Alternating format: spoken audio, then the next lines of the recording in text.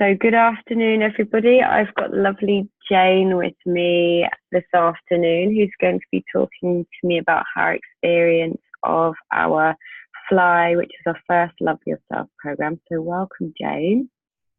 Hello. It's lovely to see you and hear you. You too. So the Fly program that we're going to be talking about was the program that I designed based around loving yourself first, hence the title, First Love Yourself. And I wanted it to be created for those women who firstly didn't feel enough, and secondly had some sort of habit that they were worried about in their mind. So what first sparked your interest in kind of getting in touch with me about doing the program? I think that I was in a really bad place, and I was having I didn't like myself very much at all, and I'd seen the She Connects on Facebook, and I'd been part of that for a while and listening to the things that you've been saying, and I think a lot of that resonated with me, and I felt it was time to sort of re-examine how I was looking at myself and how it affected my life, and it literally just came at exactly the right time for me. It was as if it was written for me. Well, do you know what? Sometimes I think that happens for a reason. You mentioned there the She Connects group. So just to explain for those women or men that don't know, the She Connects group is a free female-only group that I have running on Facebook. So you came into that, and you just said there that some of the stuff I was saying was resonating with you. Can you remember kind of which parts were resonating with you at the time? Feeling enough, because at the time I literally did not feel enough, and I was sort of punishing myself. I was feeling fat, ugly, and I had a self-destruct button, or so I believed, that when things started going right, I would push that self-destruct button in a really big way, and I would go the opposite way and end up back at square one or even further back. So I couldn't progress, I couldn't feel any better, because it was like a cycle, and it was going round and round and round. And I think that basically was summed up my life at the time. So that sounds very... It was seeing other things, posts, and constantly seeing you are enough, and your explanations to people that made me think, oh, perhaps it's not just me, perhaps lots of people feel like this. And I started to sort of think it's time to examine it, and why do I feel like this, and how can I feel better about myself? Yeah, that's lovely. Well, it's not lovely that you were there, but it's lovely that you're able to talk about it in a way that at that point you saw there was some hope. This was it. I think it was the hope. I needed that at the time. I had been through a very rough year and was sort of very, very low, and now I feel so completely and utterly different. Yes, so tell me about that. So we started the course. So we're at this point of time of recording this interview, we are in February 2019, and you'd reached out to me in, I think it must have been the October. We started in November, didn't we? Yeah. Last year, 2018. So the program was based around 11 modules, which I was hoping to run over 12 weeks, but because of Christmas, it kind of was extended a bit. But when you first came in, what was your experience of like the group and the information that was being presented at that point? When I started the group, I liked the way that the modules, you were only given one module at a time. I tend to, I look for self-help everywhere. And it's always been my thing, trying to fix myself. And if somebody gives me a book, I will read it from start to finish, but not work on any of the things.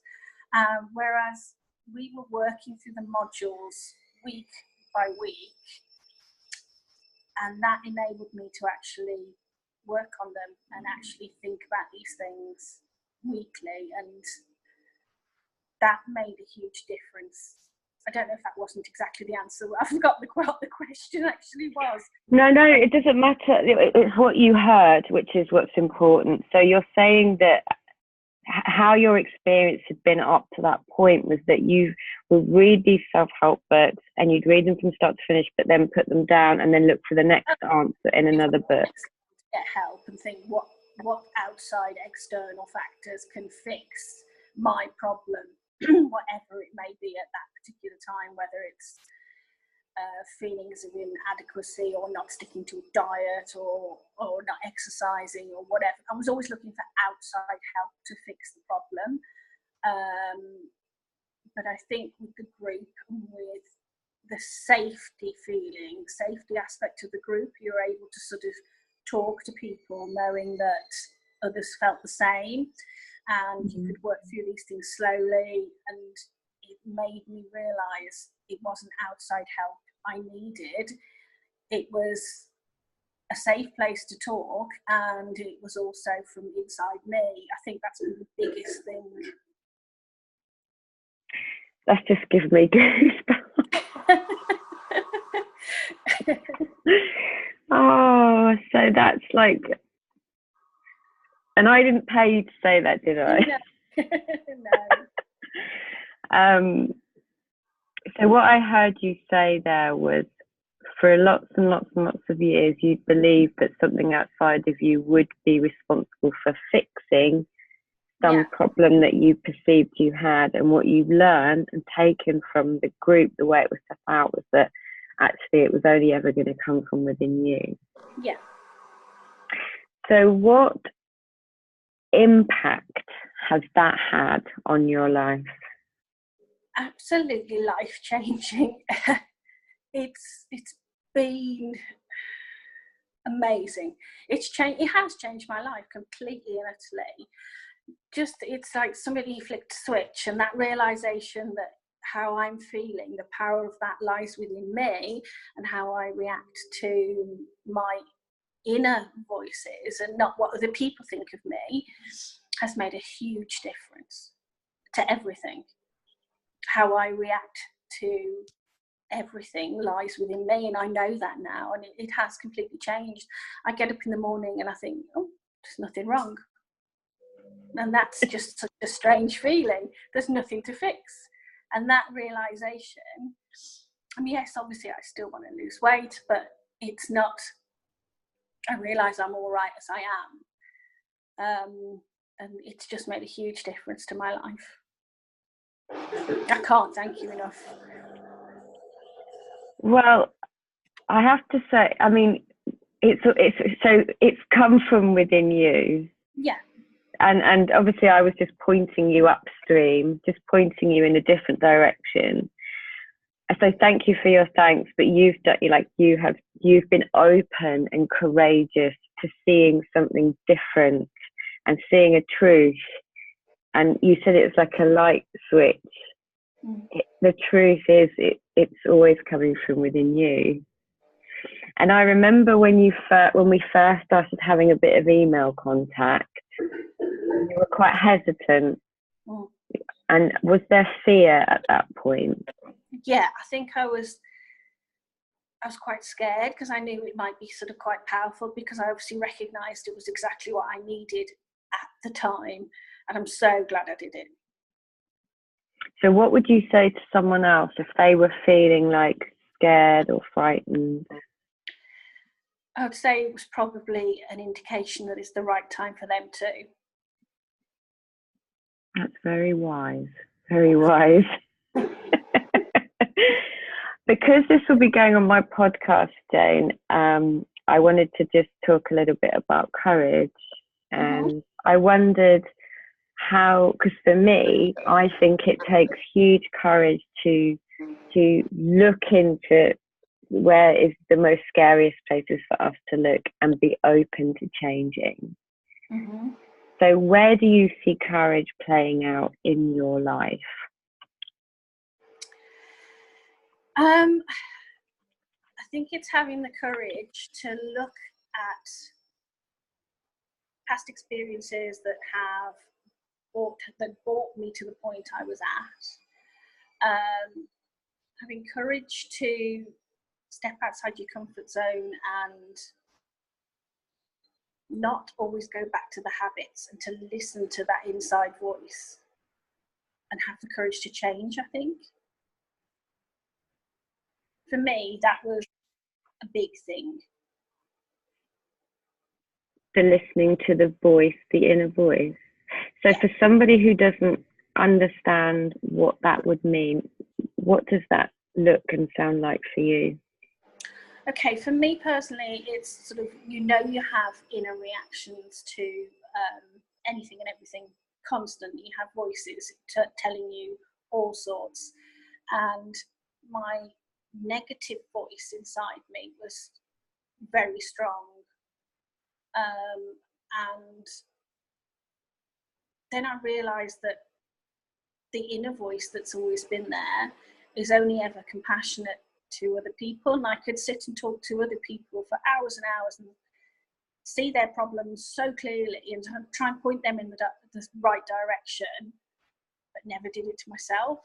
And I think that actually listening to that voice and applying it to my own self and to my life has made a huge difference, and trying to realistically look at the negative and think, no, that's not me, I'm not listening to that, and just being kind to myself and allowing myself that. I think that's made a big difference. Yeah, allowing yourself to be kind to you as well as everyone else. Which sounds so simple, doesn't it? But most of us live this life where we kind of walk trudging through this constant barrage of self-abuse in our mind, and it's so familiar, isn't it? Oh, very, very. I literally would listen to hours to other people, and that's what I'm known for. That's what I do, and I will be compassionate and really care about these people and really talk to them and really listen. But then I just didn't do it to me for some strange reason, and now I do, and I think that's huge. It is huge. It is huge. And so for you, the inner voice of kindness and compassion, you were aware was there because you could feel it and hear it coming out. But for now, you've turned it inward and you're able to listen to it for you. So what changes has that made for your life? Just that one change with the inner kinder voice. It's turned it upside down on its head completely, really, my life. It's enabled me to improve my self-esteem, because I had none. It wasn't just low self-esteem, it was just nothing. And it's allowed me to see that, actually I am a good person and I am okay. I am enough, as you say. And that changes your whole outlook on life. It changes your reactions to everything. And it's not your reactions you're thinking about, it's your instant reactions to what people say, what people do. And the biggest thing I've noticed is that I'm not forever thinking everything will be okay if this happens, that happens, or whatever. I'm actually living now. I'm living sort of, like I say, in the moment, and enjoying things and feeling things, instead of putting everything off and postponing my life until the time is right, or this has happened or that has happened. I think that's been the biggest, huge impact as well. Gosh, that's amazing. That's amazing to hear that, Jayne, really. That just sounds, like you said, like I'm living. I am, yeah. And I realise I literally have been postponing things until I thought I'd feel better for whatever reason. And no, I feel okay now. I know it sounds dramatic, but I think when that switch goes and you suddenly realise that you are okay, that's the dramatic difference to your life that it makes. I'm not saying everything's perfect all the time. I do react. But I now have the tools to deal with things. Well, it doesn't sound dramatic to me, because for me, exactly the same. Like, me too. I had like a boom, light switch moment, exactly, and was like, oh. But like, now I can see it. It's like, God, that is so simple. But of course, when we can't see it, and when we're walking through the world with this veil of just I'm not enough, and looking for evidence, really, that's what we're doing, and finding it everywhere. But yes, life still happens, right? Life still happens, but we don't maybe take our thoughts so seriously anymore. Yeah, it definitely makes a difference. And I think I realised that sort of quite early on in the course as well, which meant that I could get so much more out of it, because I was believing straight away everything I was working with, all the modules I was working with made sense, because I literally had that light switch moment quite early on. So definitely was the right time for me to do the course. Yeah, that's fantastic. I couldn't be prouder of you, of the course, of just your courage and openness and willingness to share this on this video format. So I really appreciate that. And is there anything else that you'd like to add to anyone who might be watching, who might be really in the, resonating with what you're saying? Go ahead and do it, basically. I think it made a difference having somebody as understanding as you are, because of the things that you've gone through before in your life and you've been willing to share. That's so different to having somebody, an expert, so to speak, who just has learned from books or just tells you what they know, but they don't really feel it. Having somebody who's been there through all the things that you've been through as well, I think, is having somebody to identify with. And so it's belief in you, and it's trusting the person who's produced the course, like yourself, and I did, completely and utterly. And that took away the doubt. So therefore I could give it my all, and I could really try. And it's made a huge, huge difference to my life. Well, and also for anyone who is watching, who's wondering, you girls who've done my first intake are going to be doing it again, mentors on the next course. So you'll be a familiar face to some, I imagine. So that's that's lovely too. So thank you so much, Jayne. I just couldn't have that couldn't have gone any better. Like, in every way, you doing the course, you contacting me in that first instance, getting what you've got out of it, and this lovely interview. So thank you so much for your time and trust and courage. Thank you. And I'll see you soon. All right. Thanks, Charlie. Bye. Bye. Bye.